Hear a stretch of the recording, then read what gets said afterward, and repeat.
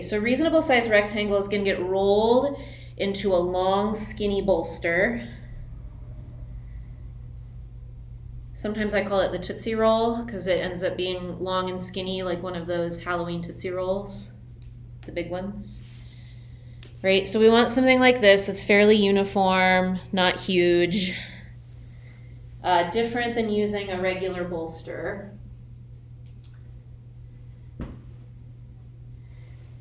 And we're gonna lie on this lengthwise as you would a bolster.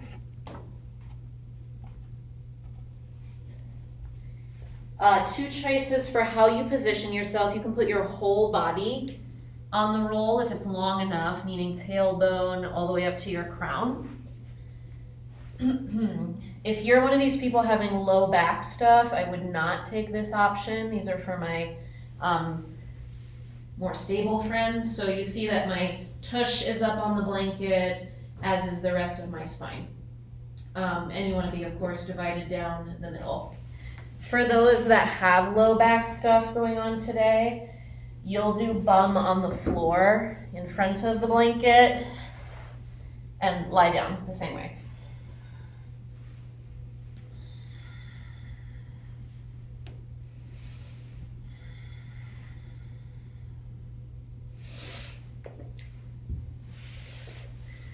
So what that should feel like, I'm just going to watch everyone and just be verbal for a little bit here.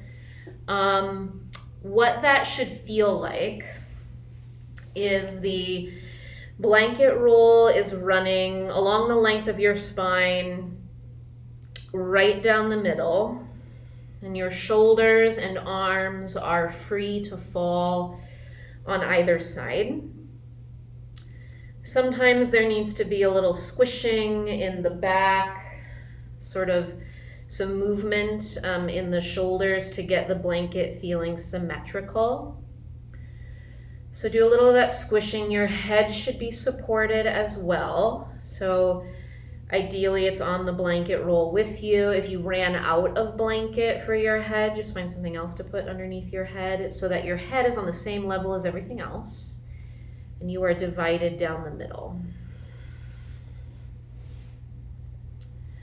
And what I want you to start to feel into here is how your shoulder blades, I'm going to call them your shoulder heads today. That's the very top of the shoulder, like where shoulder pads would go if you were wearing a blazer. Your shoulder blades and your shoulder heads are falling back toward the floor. Recognize that they may or may not touch the floor. It's probably more arm bone than anything resting down, but ideally we would all be relaxed enough to feel the shoulder heads fall back that way. So without pressing, I just want you to allow gravity to have that effect on you. Knees can be bent, legs can be straight, whatever for the legs. Just make yourself comfortable, especially in respect to the low back, my friends.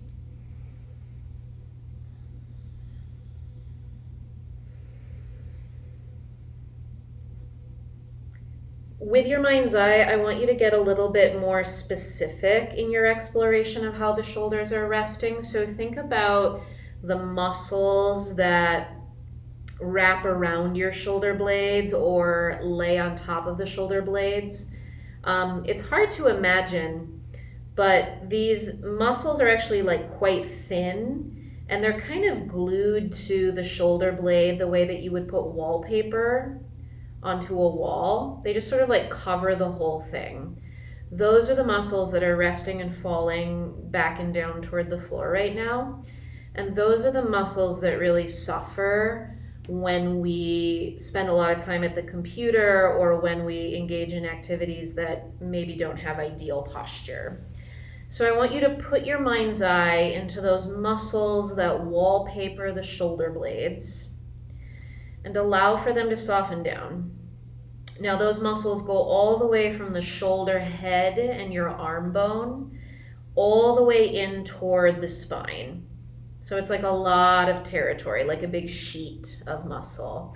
Allow for those muscles to fall. Take 3 or 4 nice deep breaths as you get to know the shoulder blade.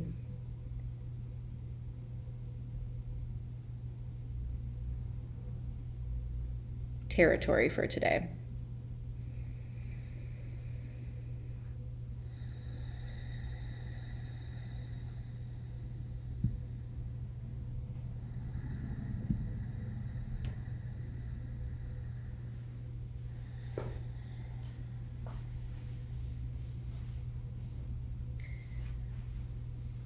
There can be a lot of things that cause shoulder troubles.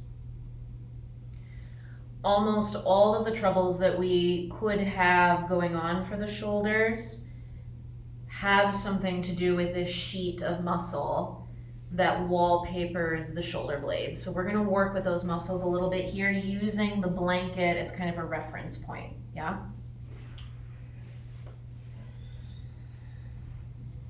So let's have you take your left hand straight up in the air like you want to give a handshake to the ceiling. Your right arm can be wherever it wants to be. We want to keep this lifted arm nice and straight, so no bending at the elbow, ideally. And on your next inhale, take the fingertips as high as they will go without straining. That nice straight arm reaching up toward the ceiling. And feel how the sheet of muscles on your left shoulder blade rest up or stretch up with the wrist, right? That shoulder blade wants to follow the wrist. That shoulder blade is therefore lifting away from the blanket and the mat by a little bit. And then when you exhale, you're gonna let that nice straight arm slide back down just a couple of inches. And that means your shoulder blade is coming a little bit closer to the blanket and even squeezing the blanket without bending your elbow. And then you go back up. It's a really simple movement. Inhales are for raising the fingertips and therefore your shoulder blade. Exhales are for retracting or squeezing the shoulder blade back into the blanket, any amount.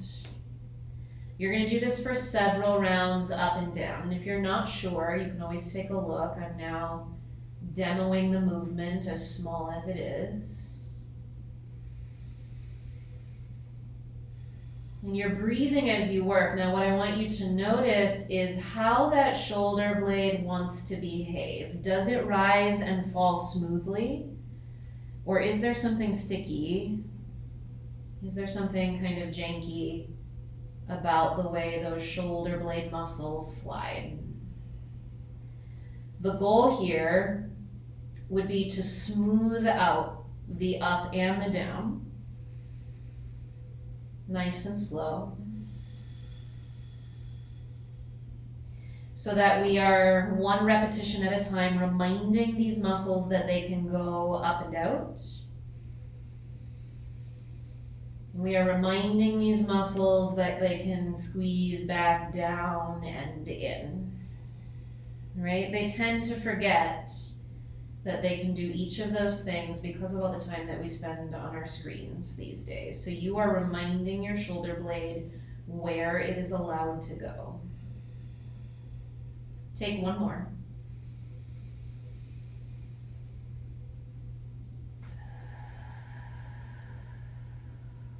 And then finish with your fingers nice and high, reach up. And if it's possible for you to reach overhead, you're gonna reach that arm overhead. If it's not possible, you can take your hand down by your knees. And then we all swish the arm down to its starting position.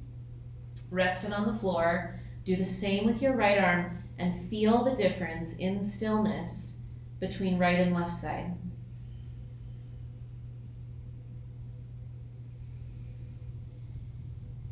Does the shoulder on the left side somehow seem to rest differently than on the right side? Now when you're feeling ready, you go on to the right side. Take that palm up to the ceiling. Well, palm is facing the midline. You're taking your fingers up to the ceiling. And start that sawing movement, S-A-W-I-N-G, sawing movement, where the shoulder blade slides up and down because your wrist and your fingertips slide up and down.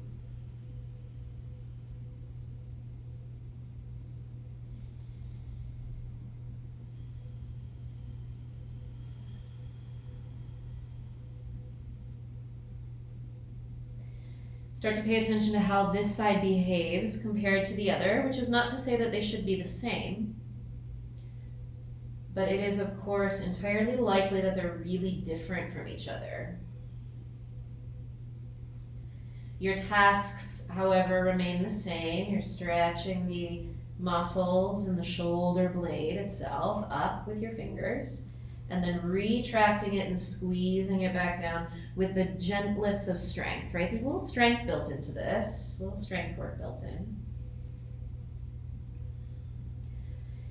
As you get to know the pattern, the goal would be to move slowly enough that you get to smooth things out. So if there's like twitching or a little shakiness, that is entirely normal.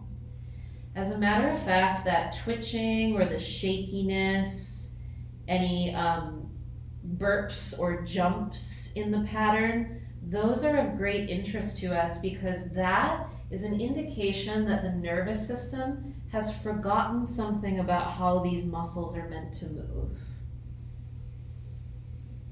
Kind of like when a CD skips or a VHS tape gets fuzzy for a second, it's because the tape is somehow flawed, right? The good news is that unlike a CD, once it's scratched, it's sort of ruined, right? Unlike a CD, we can reprogram the nervous system and reprogram these muscles to move smoothly and to be softer and more easy, which should help to eliminate pain or dysfunction. Let's do one more.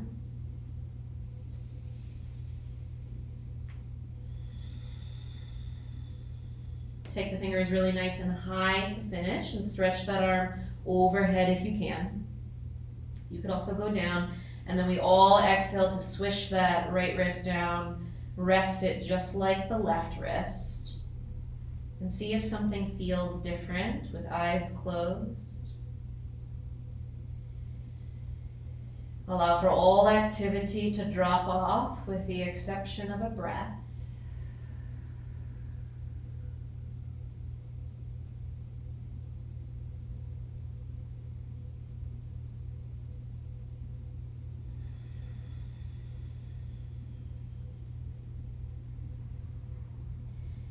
And then we start again, this time with 2 hands. Now, when I do this exercise by myself and I'm working through some shoulder physical therapy, I will often do the single arm version for several rounds before moving on to 2 hands. So I'll just throw that out there as a choice that you can make. You can do 1 arm at a time, although for the sake of time today, let's jump into 2 arms. Knowing that your pattern is exactly the same. Now your hands are traveling up at the same time, and the shoulder blades are widening just like they would for cat pose. And then when you exhale and retract the shoulder blades, they are squeezing as they would for cow. If you're not familiar with cat and cow, no big deal. Just run with the movements that we've been practicing. And remember that the name of the game here is smooth and steady and precise, right? We're talking about sort of an annoyingly precise movement in the shoulder blades, reteaching them how to behave.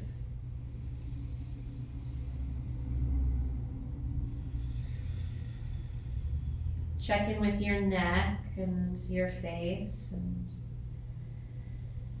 look for chances to soften. You can always open your mouth, stick out your tongue.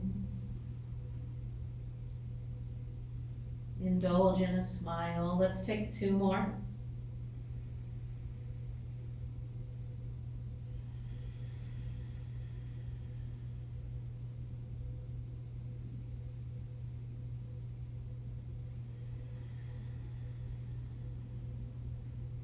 You'll finish on the high point, the upward reach. And take both arms overhead or some combination of arms overhead. You can also go down by the hips. And then we all exhale to snow angel the arms back to their happiest resting place. Allow for your eyes to close and take a few moments of stillness and breath. A little digestion for those shoulder blades of yours.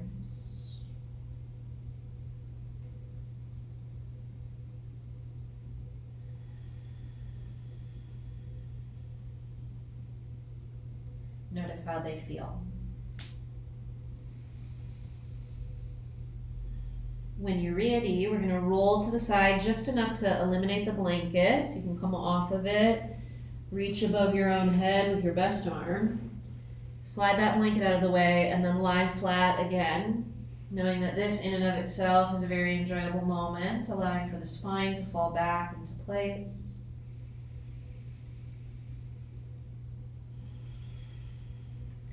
Maybe a little scoop of the tail, especially for those of us that have low back stuff. Nice long lumbar is always a good thing. Allow for a little rest and digest here. Breath or two into your upper back. Notice if there's any activity in those muscles, if they have a hangover, and see if you can turn the volume on that effort or on that activity down, simply by taking a breath and paying attention.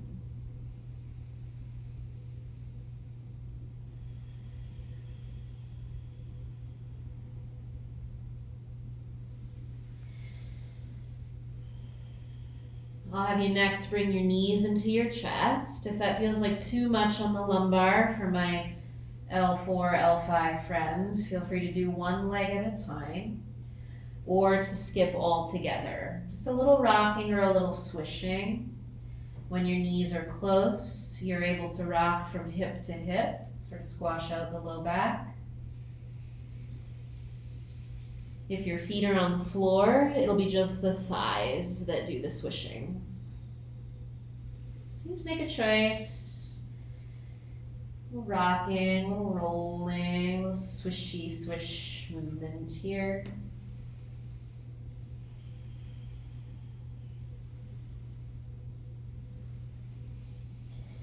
All right, and then I'll have you roll onto your side, and for just a few moments here, work your way up to sit so that we can reorganize that blanket. What was once a roll now needs to become a bit of a headrest. So I usually just take it to a classic fold. Sometimes with an extra fold, so you have a nice fat headrest here. It could also be a bolster or a block. You choose.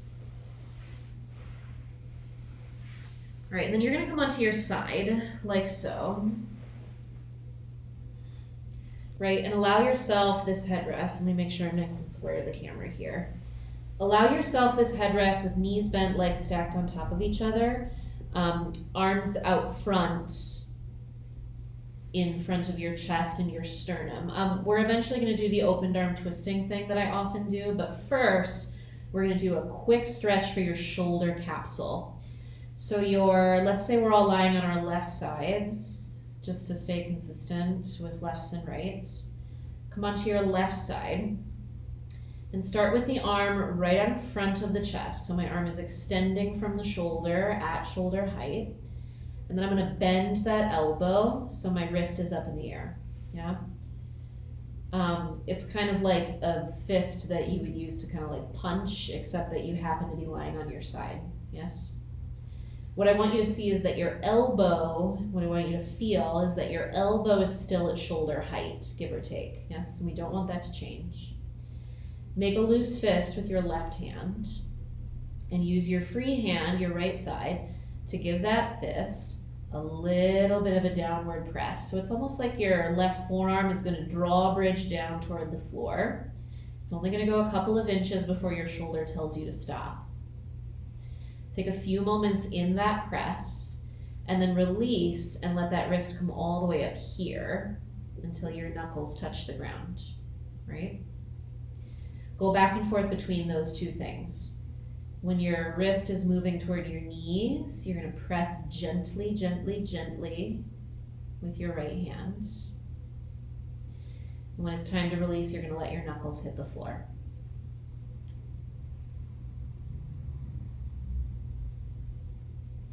This movement always makes me think of like a gas gauge in your car. Your forearm is the little needle that follows a curve. It goes from one side, right, full tank, through to middle, and then your right hand presses it toward empty, knowing that the way that we're set up means that that wrist is never going to come all the way down. Well, for some people it might, but we don't need to press it all the way down. We just want to press it when you hit that point of resistance. For most of us, that resistance is going to be in the shoulder cap. The shoulder head is what I called it at the beginning of class. Check in with your breath. Let's do 2 more presses. Maybe the range of motion has changed a little bit.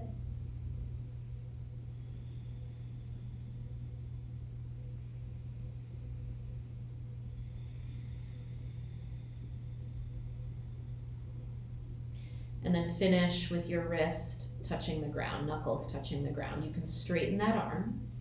So now it's out in front of you again. Match yourself palm to palm for just a second. And then you're going to open that right arm up to the ceiling and very gently let yourself twist open any amount for a nice wide chest. And you'll do that a couple of times. Clap your hands and then open it up. If you've got low back stuff and this feels tweaky, just like don't force it, right? Be really easy with the depth.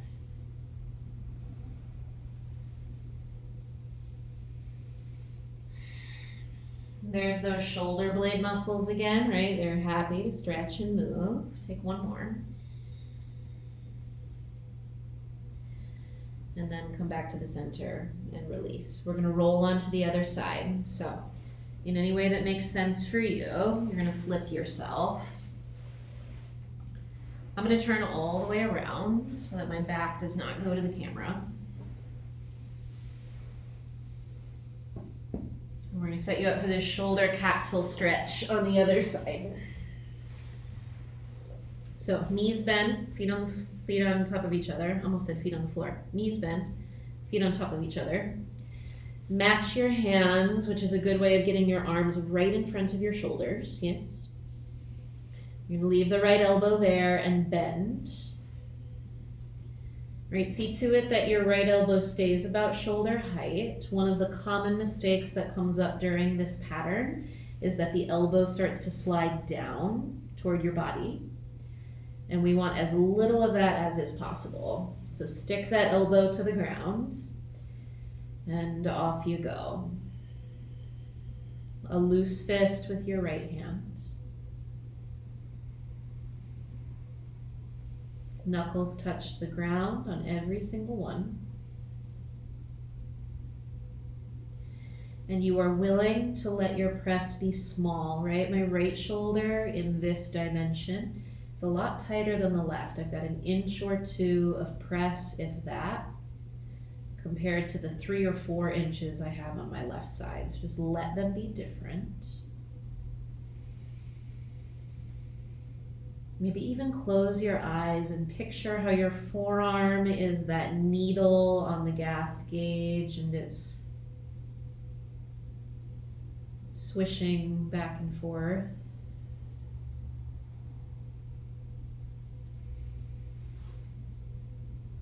Notice where you feel it on this side.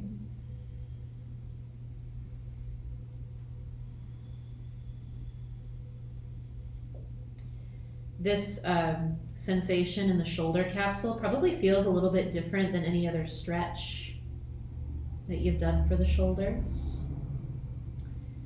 Because this particular setup and this particular press really gets into not just the muscles of your shoulder, but the connective tissue, the capsule that wraps the top of the arm bone. So we're talking about really deep tissues here, which is a good reason to be gentle.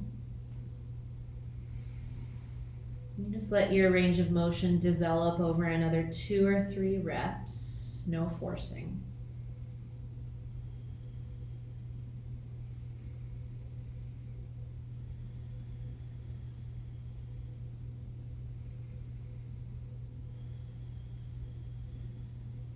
Small smile, so your face is easy.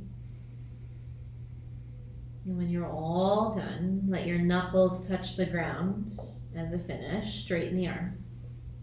Stack your hands and take a few of those loosey-goosey twists.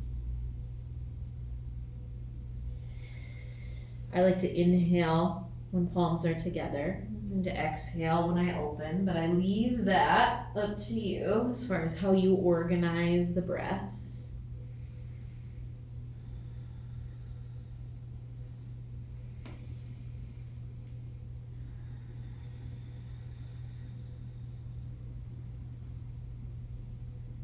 Notice how the shoulder heads feel, right? Maybe that's the first time you've ever done that. That movement, that pressing stretch, is called a sleeper stretch, which I actually think is a reference to wrestling. Like, I think a sleeper hold is a thing, and you're sleeper stretching yourself for the health of your capsule. So if you want to Google it later, you can Google sleeper stretch.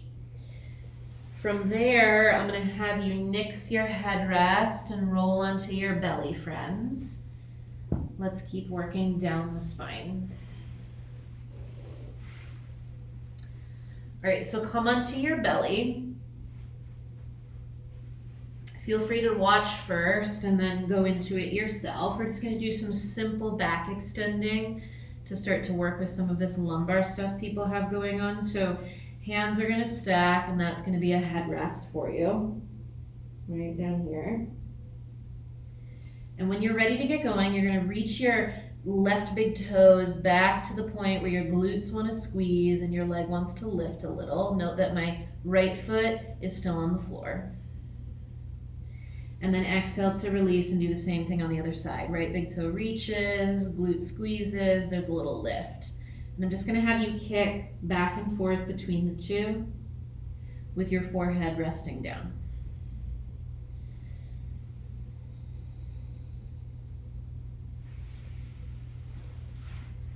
Now here's what I want you to do as you're kicking your feet, alternating left and right. I would love for you to do only as much lift as you can with your glutes. No low back just yet. Which means that things may not go very high. You might just barely get your toes off the floor.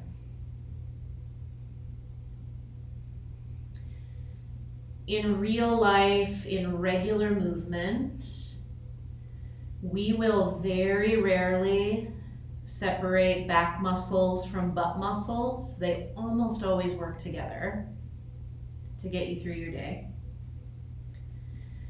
But just for the sake of making sure that your butt muscles are working, lift your leg with those and only those.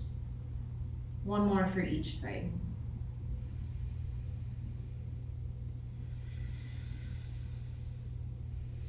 When you're done, you can widen your feet, bend your knees, swish left and right a couple of times, just in case anything is getting sticky.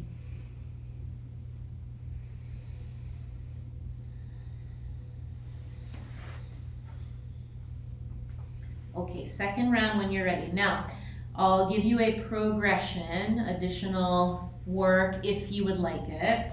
Both feet can go together, which would mean reaching the toes back and squeezing your glutes to the extent that the legs float together, just like any other locust. And then you exhale to release.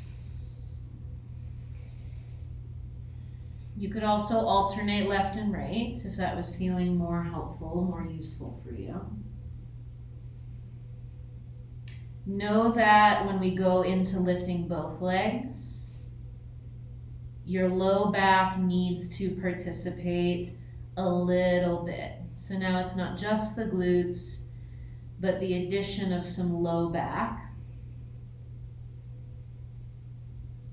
If this is very painful or problematic for you, I want you to make a mental note that's something that your PT should know.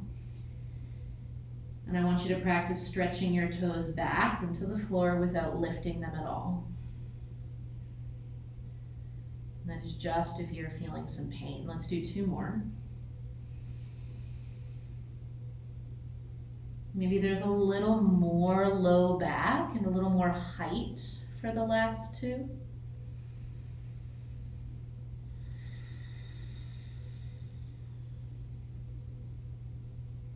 Good. And then exhale to release. Give me an alligator roll, and by that I mean you roll onto your back without actually sitting up all the way. Knees bent, feet on the floor. All right, adjust your pants. I'm sure everybody has pants adjustments to make.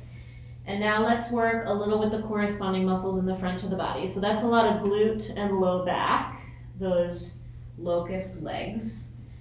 Now we want to get into a little bit of abdominal, which is critical for lumbar health, right?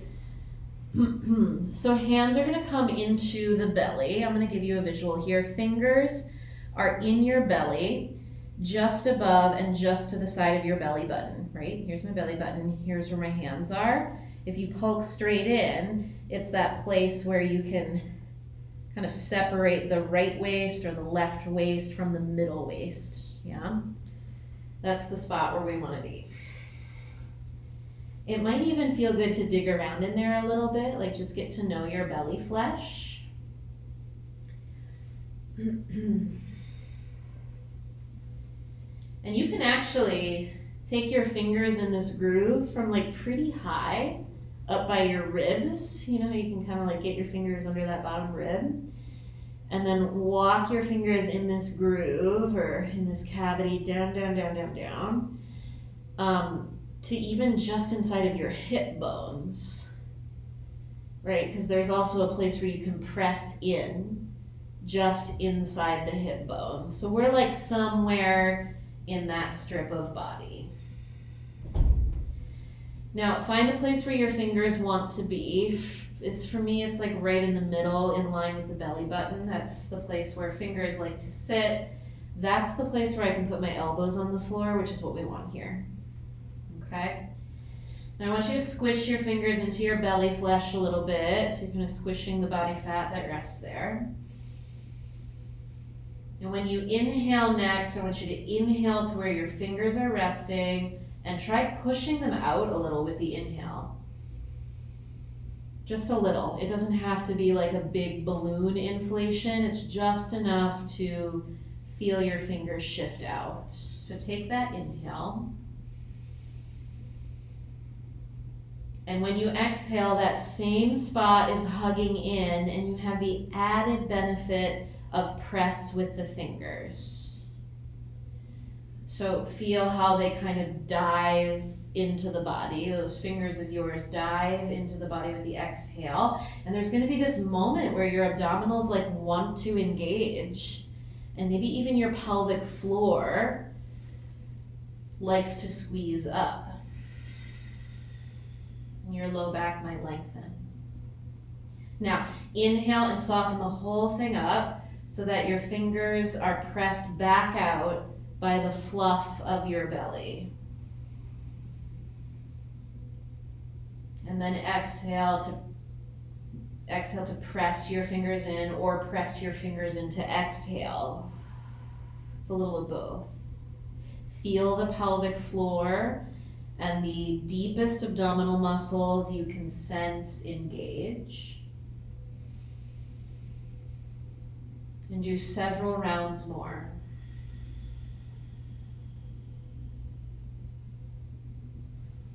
So you keep going with that. I'm gonna sit up so you can actually see what I'm doing with my belly, just in case this is not clear. It seems to me like everybody probably has it. but just in case it's not clear, right, we are right in here, and we are exhaling to, right, wrinkle that waistline in, press the fingers in, and we are inhaling to move them out a little bit.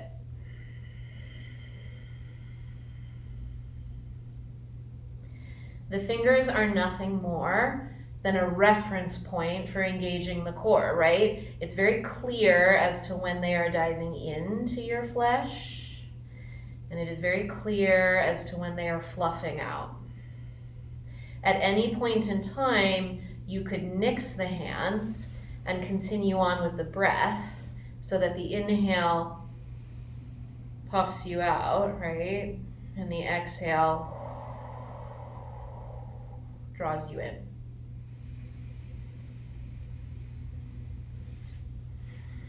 Arrange your pants in such a way that they are not inhibiting the movement at all.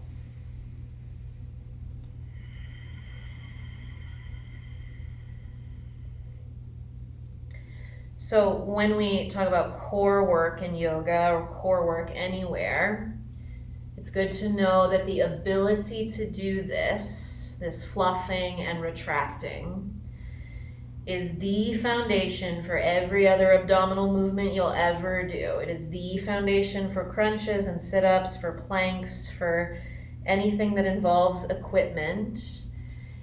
We would ideally be very good at accessing that retraction prior to moving on to something else. We would ideally be very good at accessing the release and the fluff. And I use the word fluff very intentionally because the belly is meant to be soft as much as it is meant to be toned. And it would do us well to know how to articulate between the two. If you haven't moved your hands away, move your hands away and do 3 more. And see if you can intellectually access the deep core, the retraction and the fluff, without the touch.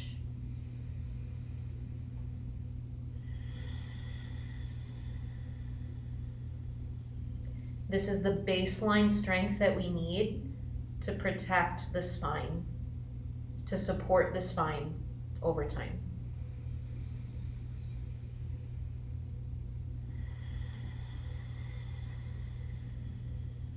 All right, when you're finished with your last exhale, let the inhale take you back to neutral, right? The belly springs out a little, but it's not too puffy.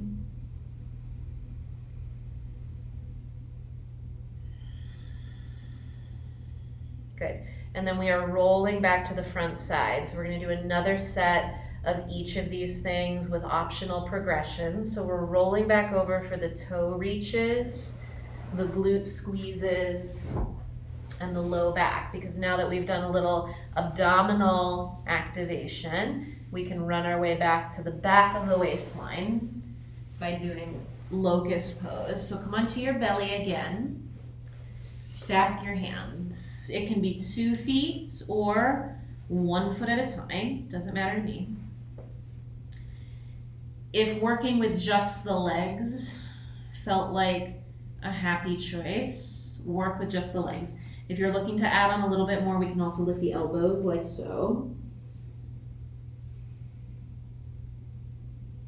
Knowing that once you lift the elbows, you are definitely using your low and mid back for the lift. So off you go. Legs and possibly arms rising up and down.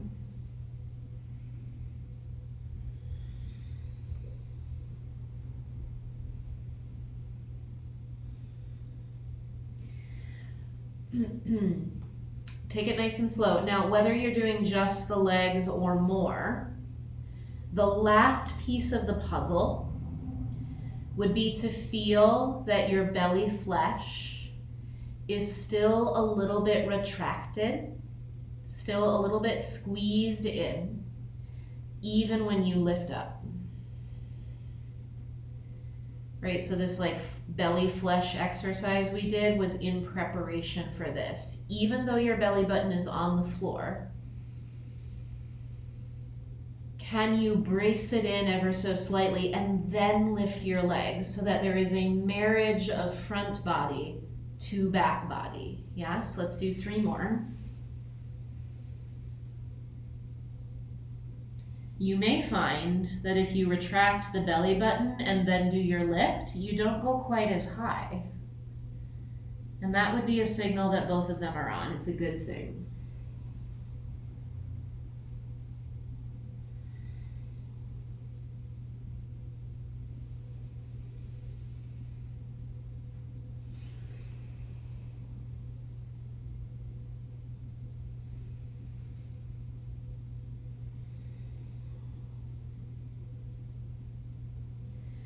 When you're all done, bend the knees, switch the feet, rock your tush. Good job. All right, roll onto your back.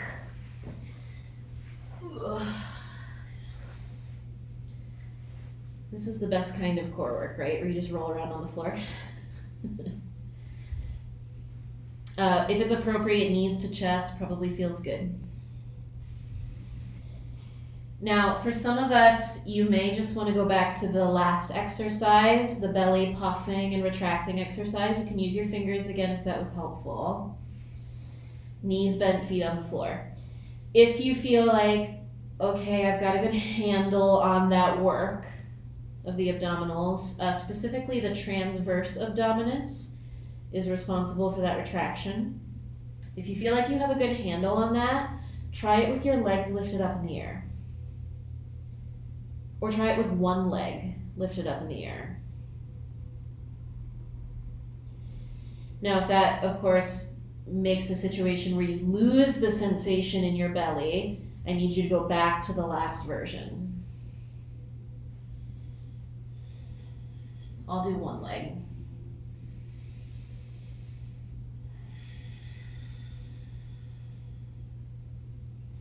With one leg lifted or with 2 legs lifted, it's going to feel like you have a little bit more of work to do, a little bit more of that retraction to find. Right? Hold it for a breath or hold it for a beat.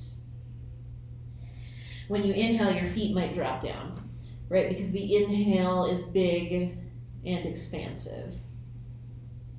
And when you exhale, you retract and your feet might come up.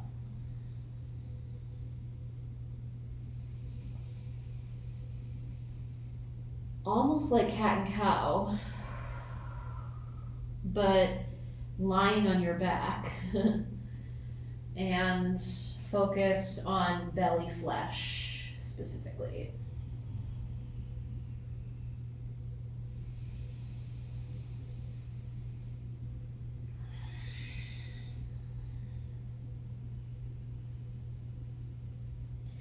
So if someone comes to me for private yoga or for personal training, if you don't know this, I'm also a trainer, and they have back problems, this combination of toe reaches and belly flesh work is always the baseline. So you could do this every day.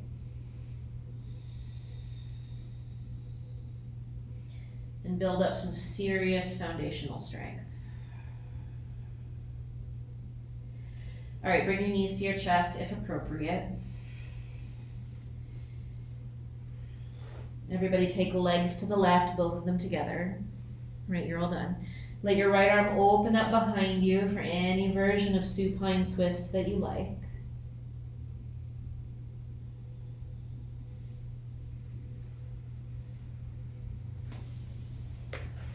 If it's necessary to support your legs into the twist, please do that.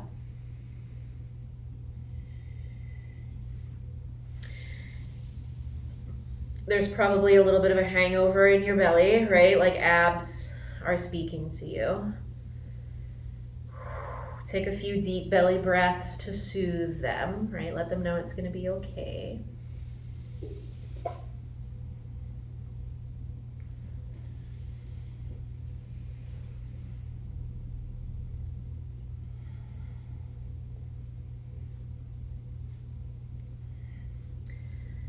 Let that right shoulder really descend, even if it's not on the floor.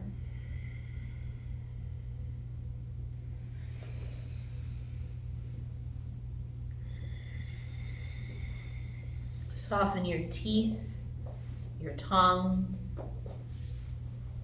the whole jaw, the entire structure of your jaw.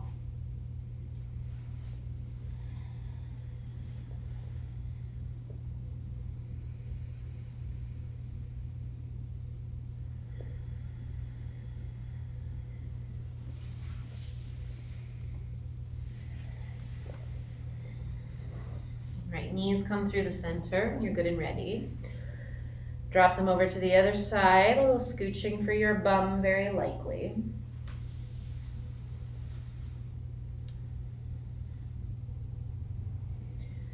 After you situate yourself, support the legs, rock your head, drape the arm, etc. Start to breathe into your left waistline and allow for everything to become really loose so that the flesh of your belly is very definitely wrinkled as it wraps around. Stretched a bit in the waist.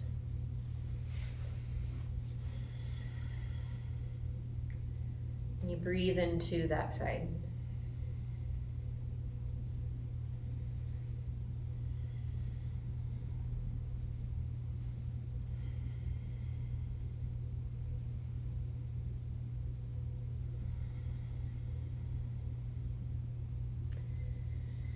So we started in the thoracic cradle today.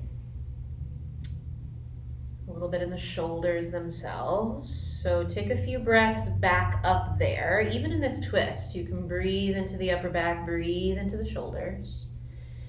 And remember what it meant to know the muscles of the shoulder blades. See if they can soften, even here. Remember what it meant to know where your shoulder capsule is. Soften there.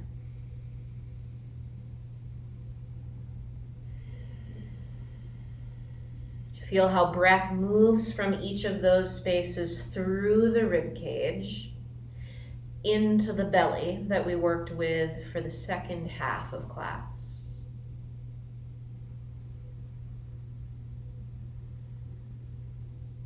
So that the inhalation is quite expansive for all of your upper body, right? We have remarried the shoulders to the ribs to the gut.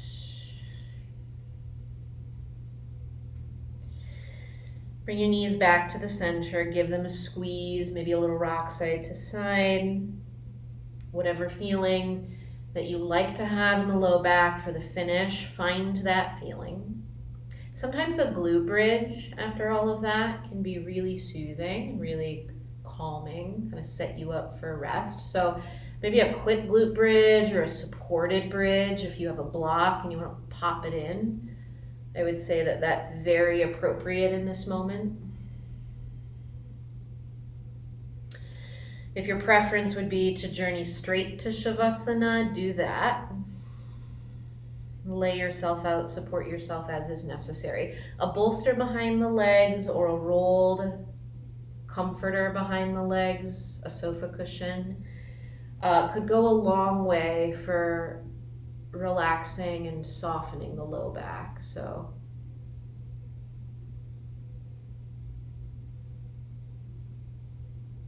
feel free to elevate the legs, cover yourself with a blanket. It is a warm day, but it is still January in Wisconsin, so cover up.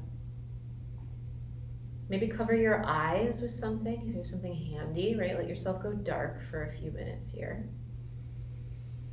And continue to breathe in such a way that you feel that the thoracic cavity, your upper spine cavity, your shoulders, and your rib cage are all connected by the breath, and that each of these places is also connected to the belly so that your torso is super three-dimensional here, right? You are very big in space. And you breathe with joy and confidence and clarity into that bigness.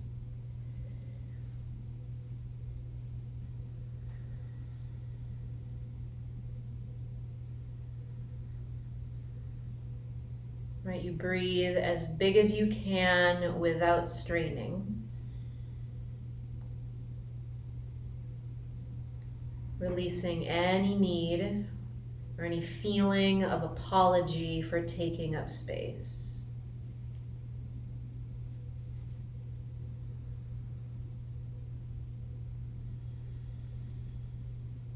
You rest your arms and your legs nice and heavy. Maybe rock your head a few times.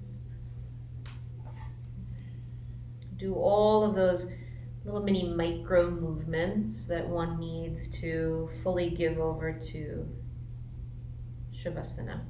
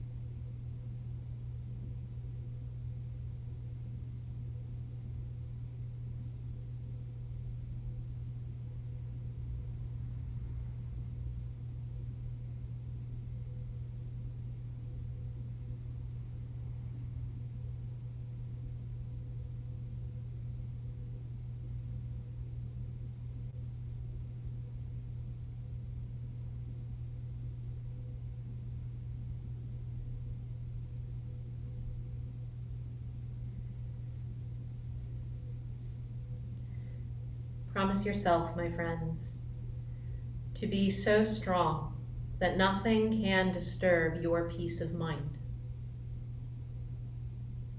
To talk health, happiness, and prosperity to every person you meet. To make all of your friends feel that there is something in them. To look for the sunny side of everything and to make your optimism come true. To think of only the best, to work only for the best, and to expect only the best. To be just as enthusiastic about the success of others as you are about your own. Promise yourself to forget the mistakes of the past and press on to the greater achievements of the future. Promise yourself to wear a cheerful countenance at all times and give every living creature you meet a smile. Promise yourself to give so much time to the improvement of yourself that you have no time to criticize others. Promise yourself to be too large for worry, too noble for anger, too strong for fear, and too happy to permit the presence of trouble.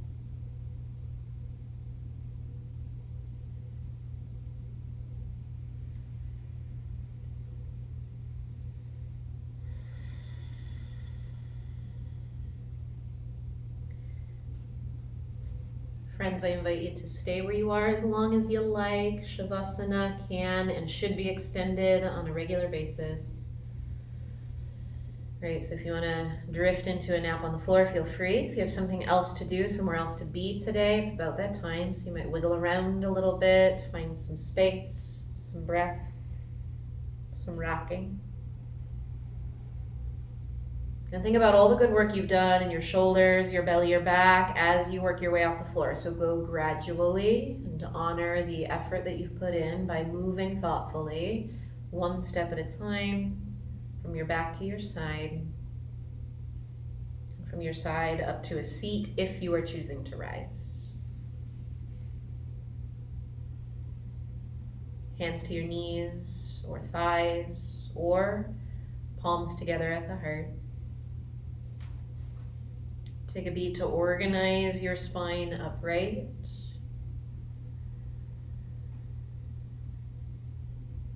And to enjoy a few of those very big, supersized sort of breaths.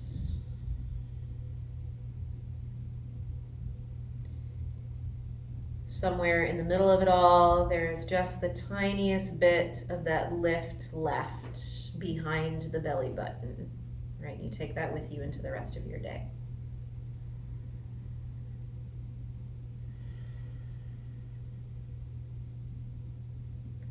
Allow yourself a moment of inwardly focused gratitude for having made the time. It's a big deal. A feeling of outwardly focused gratitude for each other. Establishing a space together where we can all show up and get the work done.